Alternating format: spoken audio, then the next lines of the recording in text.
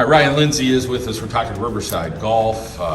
We're geared up, we're amped up, and the rain kind of holds off the first match. It's all right, eh? We'll be ready to go next week. Yeah. But let's talk about where you're at with your guys and where you feel like this season will go for you.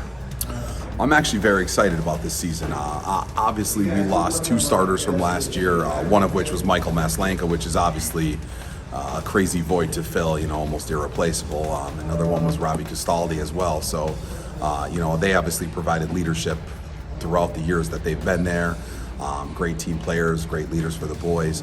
But I do return one starting senior, Mason Rickert, who has learned Jeepers, who kind of came up as a freshman with Michael Maslanka. So he's kind of taken all those skills to help these guys. And the junior class that I have this year is a lot of my starters are returning from last year. So they're very kind of veteran at this point in there as well. My junior class of Kyle Connor, Jason Paswuzny, Ben Kulikowski, Ethan Slocum, all returning from last year. And I had, even just through the practices we've had this past week, a lot of the boys have put some really good time in the off season and have really grown and gotten better.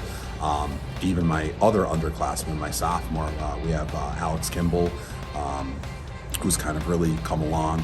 He's going to compete for a starting spot, and we have 2 to 3 freshmen that have kind of really come up through the ranks of our junior high program.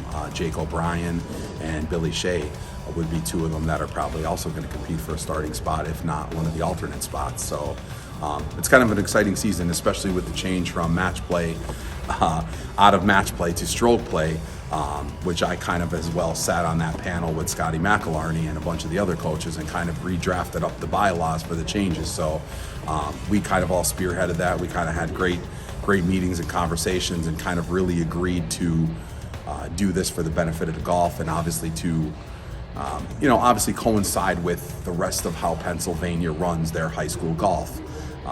So we're kind of really excited about that. So it'll be a little different adjustment more for the boys where they have to putt everything out. You can't give anything. It's not mano-a-mano against each other anymore. The cool thing will be with the upcoming, we actually have set for next week. We have a quad match set up for next week and a tri match set up. So that's kind of going to be really neat is you're kind of getting 2 to 3 matches in one round. So you got to kind of really bring your game that day or you could take a few losses, but It's a short season. But, these kids, for the most part, they're playing all summer. Yeah. They're hanging out. They're eating the French fries over there at Pine Hills. They're enjoying themselves. Talk about, why you love the game of golf and, just see these kids grow and have that passion to know, hey, when they're 38 and 52, they're still going to be playing. Yeah. So, me playing in high school and growing up in the game, and obviously Pine Hills was my home course when I played at Riverside. Obviously, Greg and the guys and the owners at Pine Hills have done a great job, sprucing up the course and adding it and making it, much more playable. Putting in bunkers, extending some of the tee boxes. They've really done a phenomenal job with, kind of elevating it to a much better golf course than when I played. But I love the availability too of having the chip and putt because these guys, short game is really what speaks volumes, especially in high school golf. So being able to access that chip and putt is really a great attribute for us, but also in the junior high program because a lot of these guys came up through that junior high program, and even now we have those kids. So it kind of gauges their interest level to see where they're at. Do they want to continue this sport in high school? Do they want to play it competitively? And really most of them do. We don't really lose a lot of them. Now, some of the kids are out there just for the enjoyment of the game, learn the game, play with their friends, have some fun. Others are there, to make this a competitive thing and obviously pursue this, going forward. One of the funny things that I'm always told is a lot of my friends who did not play golf in high school, they wish they always played and learned the game earlier because now through business or whatever it is they're trying to get into this, and it's not an easy game to learn at an older age, so you're better off starting early.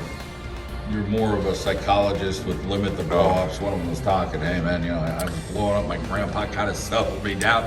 That's golf. I mean, it's just the life lessons are endless, and you got to figure it out, whether it's, you trying to help or they Yeah. got to figure it out on their own. At some point, they got to figure it out. That's what us as coaches are always out there. I remember, and I know you interviewed Kyle, and I always kind of go back to him because one of the things is when he was kind of thrown into the fire as a freshman, and you have your growing pains, and you got to learn, you got to have a short memory and one shot at a time, and you got to just keep kind of moving forward. But yeah, you do want to avoid those big crooked numbers, and and that's what I tell the guys even now. And I'm like, guys, like, regardless if it was match play or if it's stroke play, like, pars and bogeys are fine.